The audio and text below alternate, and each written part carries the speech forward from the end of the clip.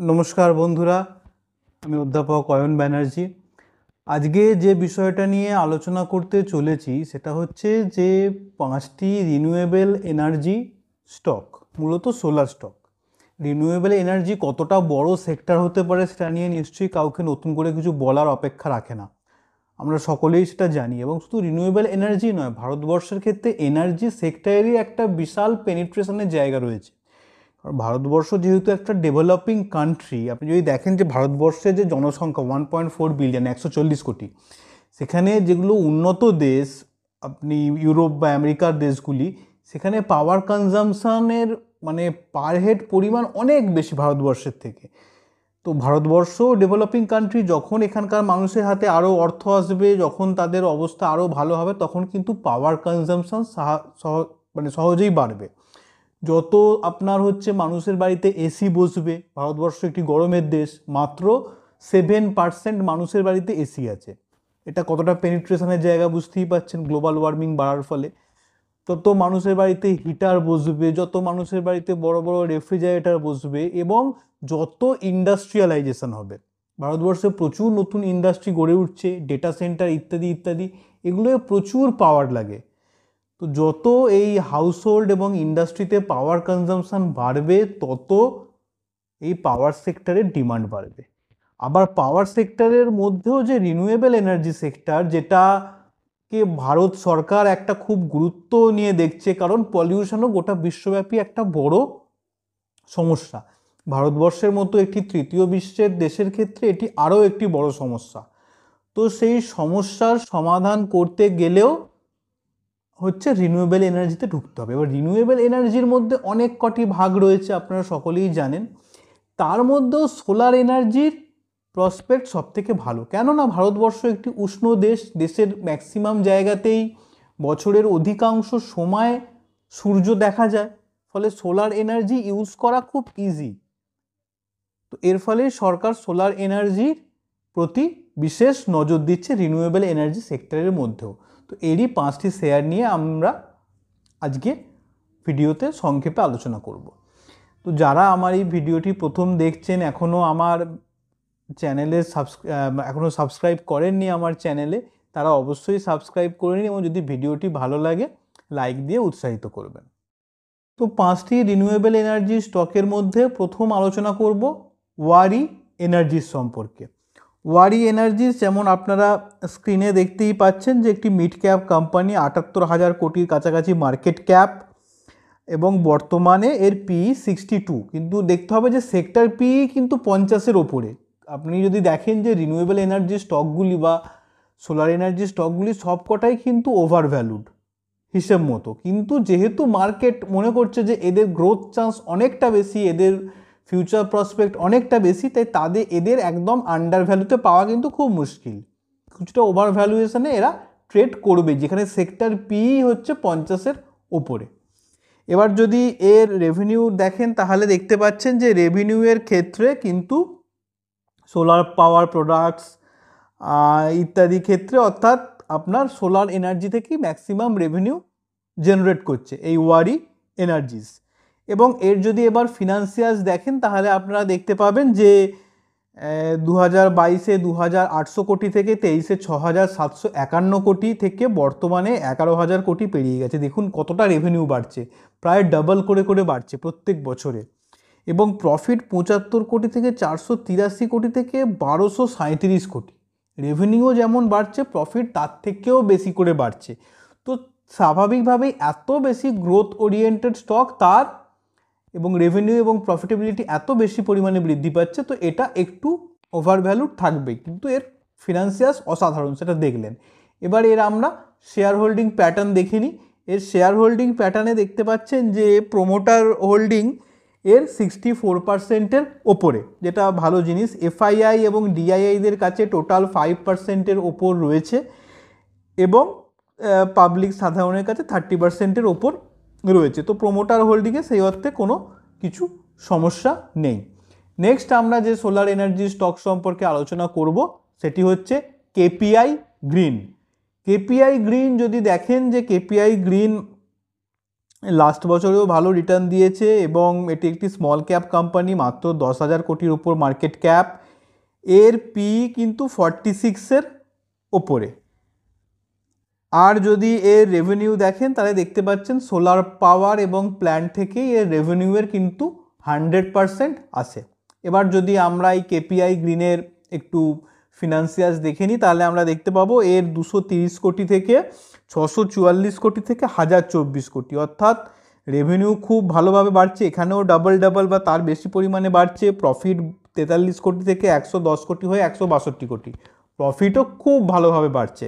Revenue যেখানে মাত্র দুটো ফিনান্সিয়াল ইয়ারে 5 টাইমস হয়েছে 22 থেকে 24-এ, সেখানে প্রফিট 4 টাইমস হয়েছে 22 থেকে 24-এ। তো এটা খুব ভালো সাইন আপনারা বলতেই পারেন।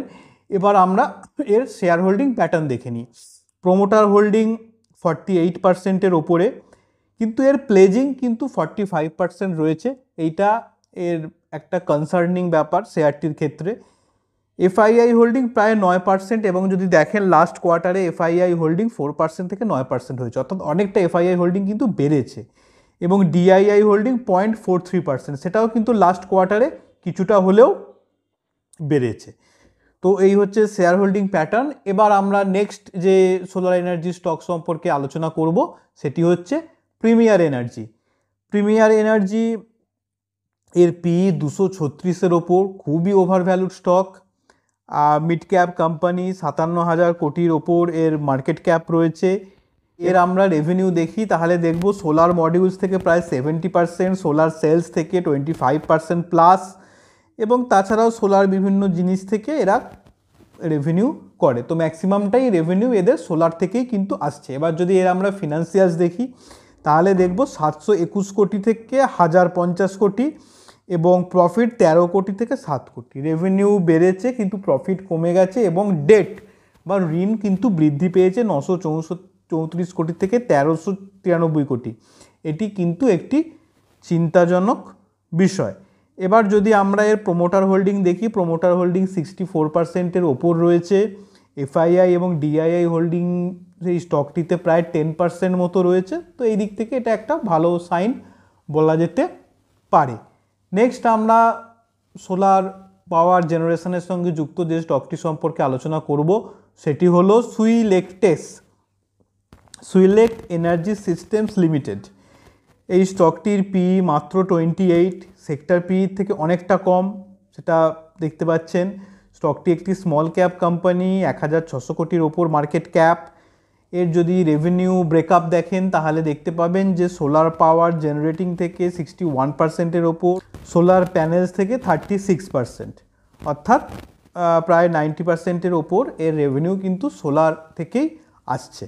এর যদি ফিনান্সিয়ালস দেখেন তাহলে দেখতে পাবেন যে 354 কোটি যেখানে রেভিনিউ ছিল সেখান থেকে 246 কোটি থেকে 243 কোটি, অর্থাৎ রেভিনিউ আমরা যদি 22 থেকে 24 তুলনা করি তাহলে রেভিনিউ মোটেও বাড়েনি, বরং কিছুটা কমে গেছে বলা যেতে পারে।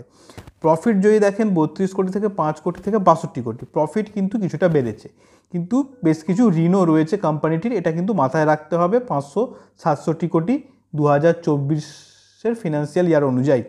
এবার যদি এর আমরা কিন্তু যদি কোয়ার্টারলি রেজাল্টস দেখি, আমরা এর আগে ইয়ারলি রেজাল্টসটা দেখলাম, কোয়ার্টারলি রেজাল্টসে কিন্তু এর রেজাল্ট বেশ ভালো।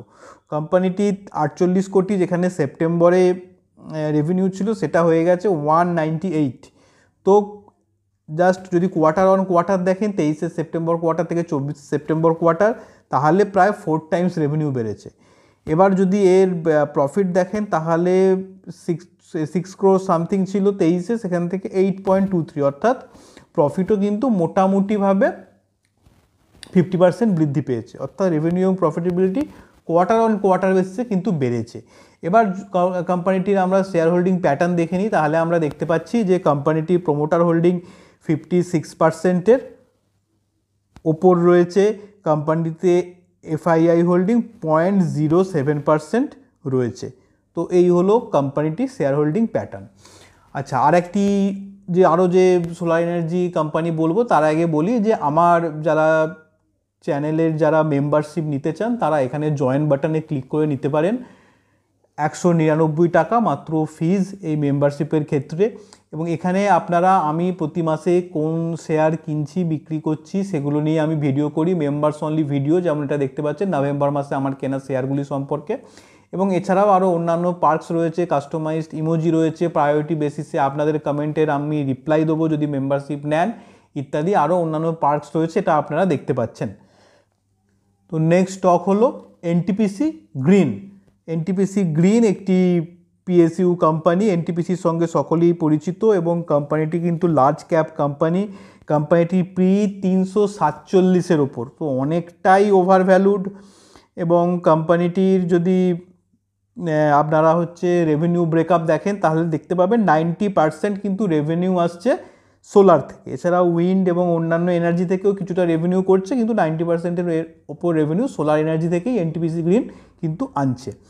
এবার কোম্পানিটির যদি রেভিনিউ দেখেন, কোম্পানিটির রেভিনিউ 23-এ কিছুই ছিল না, 170 কোটি প্লাস দেখাচ্ছে, সেখান থেকে 24-এ হয়ে গেছে প্রায় 2000 কোটি।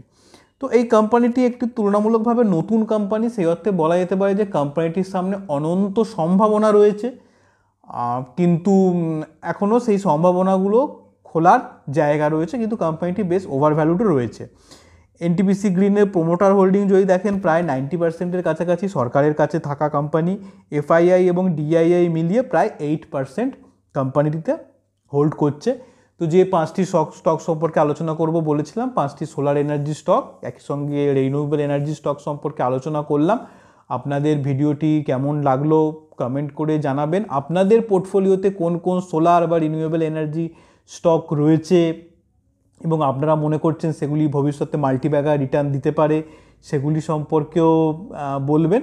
আর একটা ডিসক্লেমার দিয়ে রাখি, এই স্টকগুলির অনেক কটিই কিন্তু আমার নিজের বা আমার কোনো আত্মীয়ের পোর্টফোলিওতে রয়েছে। তো সকলে খুব ভালো থাকবেন, সুখে থাকবেন, শান্তিতে থাকবেন। Happy investing. নমস্কার।